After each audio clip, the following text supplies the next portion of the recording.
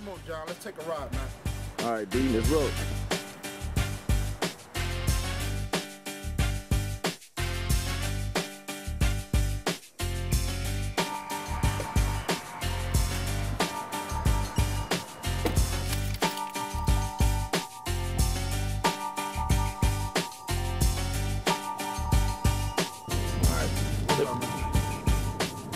I've known you about 5, 6 years. It's a little bit longer than that. A little bit longer, probably have. Too damn long now. But of all the spoken word artists that I really known and really was impressed by the, by the acts and their spoken word,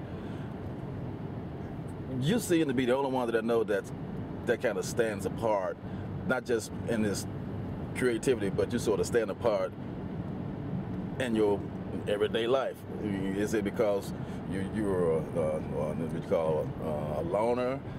You thinking a lot, or you just like the fact that just it's time for you to be deep or something, that you just got to have your space? What's up with that? I'm a bit of an introvert, man. I know that's probably hard for some people to believe, but I don't like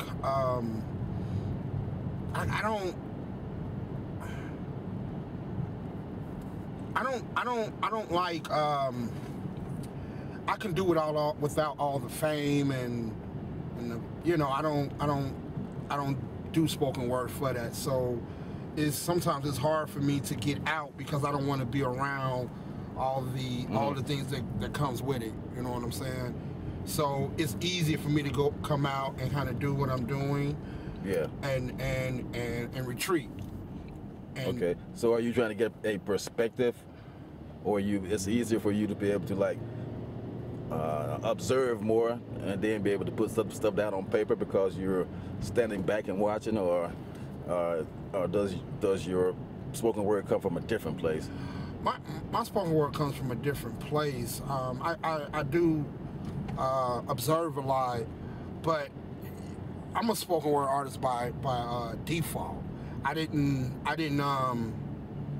seek out spoken word. It's something that just happened because of the way my life has been. So I started writing about it, and then I started getting on stage doing it. So I never got into spoken word for the recognition or for to be known. I just really wanted people to have an understanding of there's a lot of stuff going on out here. So that's the most important thing to me, is that people get the message that I'm trying to get across, and the rest doesn't matter. I want to be respected for my poetry and my writings. I want to be respected for it, but by any means do I need to be in the crowd, so.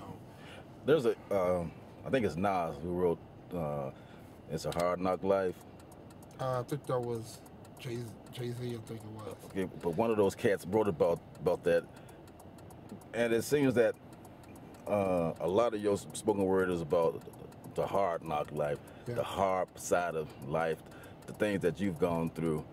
The things that you've gone through made you not only a better artist, but a better person for going through it, or are you trying to convey thoughts, or are you just trying to get that stuff out? I think that it's a little bit of both. I think it's made me a better person, but it also works against me. My personality in my everyday life is not necessarily a personality that a lot of people like, and so it's one of those situations where people expect me to be different from my poetry, and I'm like, I'm just as hard as the poetry, and I'm just as street as the poetry.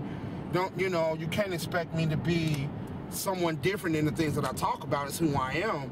So when people sit down and get to know me, that's where it sort of works against me, being from Chicago and growing up there and doing the things that I've done and being a part of the things I've been a part of some things.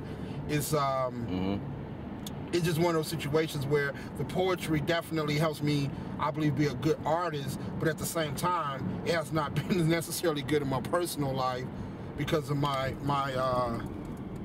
personal mishaps, you know, and a lot of mistakes that I've made. So that's the part where you said it has it's not been good for you personally to bring out the history and the past and the things that you've gone through in your poetry, because when the people meet you, you're still the person that has spoken about the past. I'm a product of the environment, and that's not to say that people cannot grow. I've grown. You should have seen, dude. You should have seen me when I first got to Nashville. I was a mess, man. How so? Man, just the way I talked. You know, people think I can be a little rude. I was very rude. I was not as tactful. People think I say what I want to say. You should have heard me when I first got here. You know, I came across very rude. I was very rude in a lot of ways. When I would speak to people, but even now sometimes, you know. But isn't that your perception that most people get about people from the North? And is it a part of that, or is it just D? Yeah, I think it's a northern thing.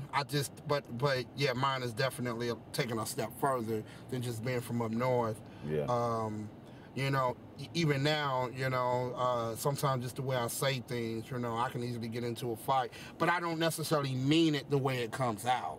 It's just the way it comes out. So I try to be real conscious when I speak to people, because we got a lot of sensitive people around here, and sometimes, you know, people are uncomfortable when you say things a certain way or whatever. So that's one of my biggest problems. So, do you feel like some of the artists, as in not only the present but in the past, that a lot of them want to be spoken word artists, but they're only quote unquote doing it because it's the fashionable thing to do?